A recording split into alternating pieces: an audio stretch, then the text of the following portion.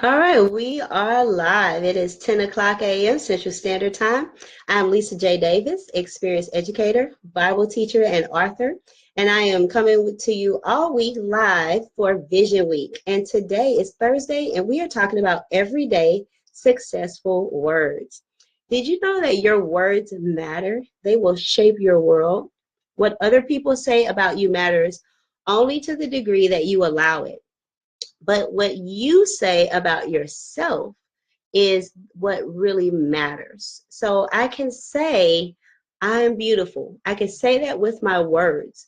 But if inside I feel, oh, I don't like my big nose, or, oh, I don't like that I've gained some pounds, then I am telling myself negative things about myself that will begin to influence who I am. So I have to change my words until my words begin to change me. I can't let my thoughts just go willy-nilly. I have to purposefully change my words so that I can agree with what's positive and affirming of myself and not what's negative, okay?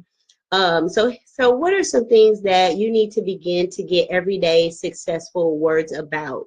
Here's some examples of some things that you may want to do for this coming year.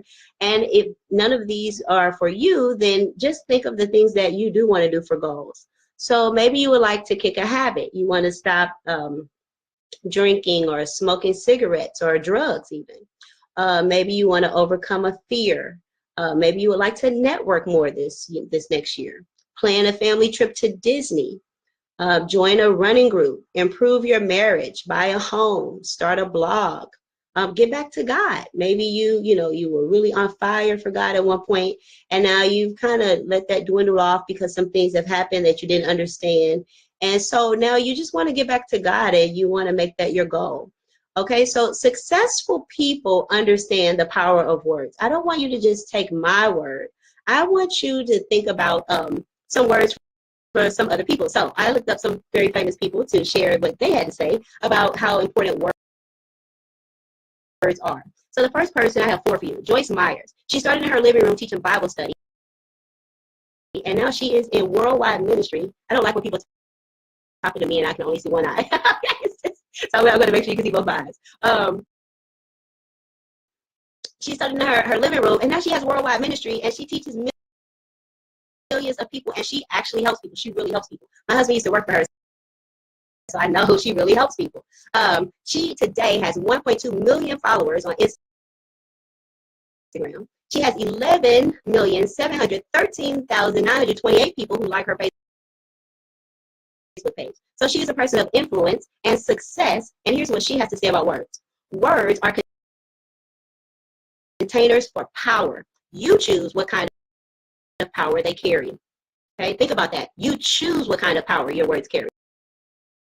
Do you want them to carry positive power, or do you want them to carry negative power? Because you want to attract good. I'm going to tell you the answer. You want them to carry good, positive power. Tony Robbins, he is known as the nation's #1 life and business strategist. Okay, look, he was on Oprah. Anybody who's on Oprah is famous and successful, okay? So here's what he has to say about words. Throughout human history, our greatest leaders and thinkers have used the power of words to transform our emotions, to enlist us to their causes, and to shape the course of the destiny. I'm going to say that part again. To shape the course of destiny. Words can not only create emotions, they create actions, and from our actions flow the results of our lives. That's what Tony Robbins had to say about the power of words. Joel Osteen, he's the pastor of Lakewood. That church averages, and I live here in Houston, and I've been, so I believe this statistic, the church averages 52,000 attendees per week, not in a year, per week. And so here's what he says about words. I am. Two of the most powerful words, for what you put after them shapes your reality. So what are you saying with your I am? I am healthy, or I am sick, I am loved, or do you say I am unworthy? Because that I am is a power statement. And we want those words to be power for good. Okay, the last one from a successful person, Zig Ziglar, and I know he's passed away, but his company still goes on and is run by his family. If you would like to attend the next Zig Ziglar conference in Dallas, it will cost you $497, and that's a good deal because it's worth $1,295 to go to a Zig Ziglar conference. And this is what Zig Ziglar said about words. He's another powerful, successful person. This is what he had to say. There is power in words. What you say is what you get. Now, come on now. This is from successful people, and this is what they had to say about words. They're telling me, they're telling you, they're telling us collectively that our words matter. Okay, so what are you saying about yourself? What are you saying about your destiny? Here's some examples, and I want you to hear and think about what I'm saying. So I'm going to give this to you in 3 different ways. So first is what I call the reality of the situation. This is why some of us get in trouble, is because we only speak to the reality of what we see instead of to the things that we would like to change and to happen. And so I'm going to give you what reality sounds like, and then I'm going to give you what a positive affirmation sounds like. And those are good, but there's something more if you're a Christian. I'm going to give you what a faith confession sounds like if you believe in God. And that's what I call truth, because it's based on God's word. And so from my belief, it's a higher power than even positive affirmation. Okay, so let's say you do that. Your goal is to stop drinking or to stop smoking cigarettes. A reality statement might be, I'm going to. I've been smoking since I was 14. It's just who I am now. I can't stop. A positive affirmation says, I see myself free, and so I choose not to smoke. But the truth, if you're a Christian, says, whom the Son sets free is free indeed. I thank God for delivering me from this habit. Now, where did I get this one from? I got this one from Joyce Myers. She was a smoker, and she had started smoking when she was about 12 or 14 years old, and she really wanted to be free from smoking. And she said even when she started teaching the Bible, she would go out in her car and smoke, but she would be embarrassed at this point because she didn't feel like she should be teaching the Bible and smoking. So she would go to her car and hide and smoke. And she said while she was smoking, she would continue to say, God, I thank you that whom the Son sets free. I thank you that you have delivered me from smoking. Now, what was she doing? She was not speaking reality. She was not speaking just a positive affirmation. She was speaking faith, because words matter. Okay, here's another one. What if you want to get out of debt? Here's what reality sounds like. I owe so much money. I never have enough. I live paycheck to paycheck. I'll be doing good just to be able to pay my bills next month. Here's what a positive affirmation sounds like. I am attracting wealth into my life. And that's a good statement. It's good to say positive affirmations. I am attracting wealth into my life. But here's what truth sounds like if you're a Christian. God desires to supply all of my needs and give me the desires of my heart. I shall not want. My seed will never have to beg for bread. I leave an inheritance for my children's children. Okay? So whenever you have a goal, you can use everyday successful words to help you achieve your goals. But it's not going to help if you're only speaking your reality, and it's not going to help if you refuse to speak positive affirmations. You refuse to speak faith because you don't see it yet. We're going to practice. I'm going to practice, and I want to ask you to join me. Thank you for the likes and hearts. I'm going to ask that you join me in making a commitment to begin to speak positive affirmations and faith confessions about your situation instead of your reality. So here's, I got this from a website, and this is from 13 destructive things unsuccessful people tell themselves every day. So listen, you're either going to use your words to help or hurt yourself. Here's 13 ways you can actually be sabotaging your own destiny. 13. Number 1, this person is always doing this to me. And these, again, are negatives that we want to avoid. Number 2, great. Now my whole day is ruined. Number 3, he does that just to upset me. Number 4, I totally suck at this. Number 5, I'm always in trouble. Number 6, there's no way this will work. Number 7, no one bothers to tell me anything. Number 8, it's impossible. Number 9, I'll never be good at anything. Number 10, they don't appreciate anything I do. Number 11, other people can do this. I am such a loser.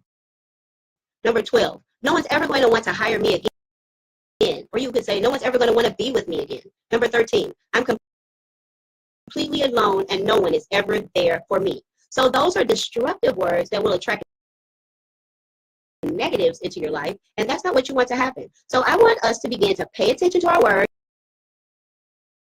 Negative words can be replaced, and that's the good news. We can replace the negatives, okay? So please comment and tell me in one word, what is something you need to change your words about? Comment on Instagram, comment on Facebook, and let me know what is something that you need to change your words about. Are you always speaking negatively about your finances? Then comment and let me know that. Are you always speaking negative about your spouse? That's what I have to work on. Are you always speaking negative about something about your kids? Or are you always speaking negative about yourself? That the good news is that negative words can be changed. Okay, so I call this the sacrifice of the stop and start. So what do we have to do this? We have to stop and start. We have to stop letting our emotions, our past, and the negative inner voice tell us what to say, and we have to start speaking positive affirmations and truth. Why? Because if we don't, we could be delaying our own process. Our words can and will be held against us. When you change what you are saying, you will change what you are seeing. I'm going to say that again because that was good. When you change what you are saying, that's when you will change what you are seeing. So pay attention to your words. At Tiger Woods, I don't know if this is true, but I heard that he would go to sleep playing a positive affirmations tape. He had a tape of telling himself about how he was going to win and just all these positive things, and he would go to sleep listening to this. So another successful person telling you how important words are. I'm going to give you our power scriptures and then our 4 PowerPoints, and we'll end with that. So here's our 2 power scriptures. James 3:10 says, out of the same mouth proceed blessing and cursing. My brethren, these things ought not to be so.